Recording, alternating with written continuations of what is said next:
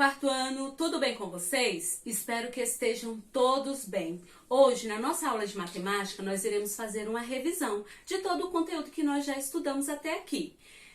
Vamos falar sobre massa, capacidade, tempo e temperatura. Vamos falar sobre essas quatro medidas. Iremos também fazer as correções das atividades que nós já fizemos e vamos fazer algumas cópias no caderninho de matemática para registrar esse conteúdo que nós já estudamos. Então, fiquem atentos e prestem atenção na revisão. Vamos iniciar a revisão de matemática e hoje nós vamos fazer uma revisão sobre medida de massa. Nós aprendemos na última aula que a unidade de medida de massa é o grama e ele é representado pela letra G. 1 grama equivale a 1000 miligramas. 1 quilograma equivale a 1000 gramas. E 1 tonelada equivale a 1000 quilogramas. São unidades de medidas usadas para saber qual é o peso de pessoas, animais, objetos e etc. Essas aqui são a unidade de medida de massa. Cada unidade de medida é usada de acordo com aquilo que se vai pesar. Observem os exemplos aqui agora. A formiga, tá? A formiga, o peso de uma formiga é dado em miligrama, ó, miligrama. O peso de uma maçã é dado em grama. O peso de uma farinha de trigo é dado em quilograma. E o peso de um rinoceronte é dado em tonelada. O instrumento de medida de massa é a balança. Existem vários tipos de balanças. Como vocês podem observar, nós temos a balança de pratos, temos a balança de ponteiros e temos a balança digital, tá? Então, nós temos vários tipos de balança.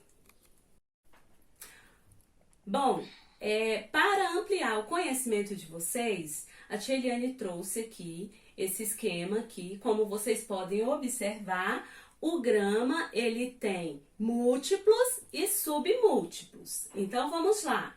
O grama dividido por 10, eu tenho o decigrama. O decigrama dividido por 10, eu tenho o centigrama. O centigrama dividido por 10, eu tenho o miligrama. O miligrama é o grama dividido por 1000, como vocês podem observar. Desses aqui, o que mais nós utilizamos é o miligrama, como vocês podem ver nos remédios. Por exemplo, quando você vai lá na farmácia comprar o remédio, o farmacêutico pergunta que tem que ter quantos gramas. Como vocês podem observar, esse daí tem 25 miligramas. E nós temos também os múltiplos, que é o grama vezes multiplicado por 10, eu vou ter o decagrama. O decagrama multiplicado por 10, eu vou ter o hectograma. O hectograma multiplicado por 10, eu vou ter o quilograma. O que mais utilizamos aqui é o quilograma. O quilograma é o grama multiplicado por 1000. Observe o exemplo aqui nesse pacote aqui de barra de sabão. Como vocês podem observar aí, nós temos 1 quilograma, que corresponde a 1000 gramas. Assim como na medida de massa, a medida de capacidade também tem os múltiplos e submúltiplos. A unidade de medida da capacidade é o litro, como vocês podem observar, é o litro. Mas quando a gente pega algo que a gente não compra tanto, que vem em frascos menores, produtos que a gente usa menos, é conveniente para o nosso entendimento de quantidade dividir essa unidade de medida. Isso a gente chama de submúltiplos. Por exemplo, o litro dividido em 10 partes, nós vamos ter o decilitro. O decilitro dividido em 10 partes, nós vamos ter o centilitro. O centilitro dividido em 10 partes, nós vamos ter o mililitro ou, né, ml, como a gente costuma falar. E o litro dividido em 1000 partes, nós temos o mililitro. Nós não utilizamos muito essas unidades aqui. Nós utilizamos mais o litro e o mililitro. E nós temos também os múltiplos da capacidade de medidas. O litro multiplicado por 10 partes, nós vamos ter o decalitro. O decalitro multiplicado em 10 partes, nós vamos ter o hectolitro. O hectolitro multiplicado em 10 partes, nós vamos ter o quilolitro. Essas unidades aqui nós não utilizamos muito, tá?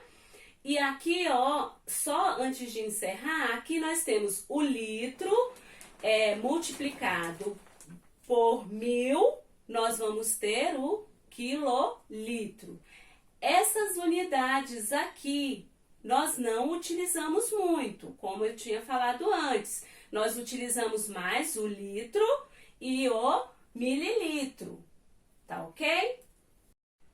Vamos dar continuidade à revisão. Agora vamos falar sobre medidas de capacidade. A unidade de medida de capacidade é o litro. O mililitro e o litro são unidades padronizadas de medidas de capacidade. As caixas de leites que são vendidas em supermercado e padarias, têm geralmente a capacidade de 1 litro, como vocês podem observar. E nós vemos aqui que o litro equivale a 1000 ml. Vamos continuar a nossa revisão de matemática. Agora nós vamos falar sobre medida de tempo. 1 hora tem 60 minutos. 1 minuto tem 60 segundos. Lembrando que no relógio de ponteiro, o ponteiro pequeno marca as horas e o ponteiro grande marca os minutos. Até o meio-dia, as horas vão de 0 a 12. Por exemplo, 1 hora da madrugada.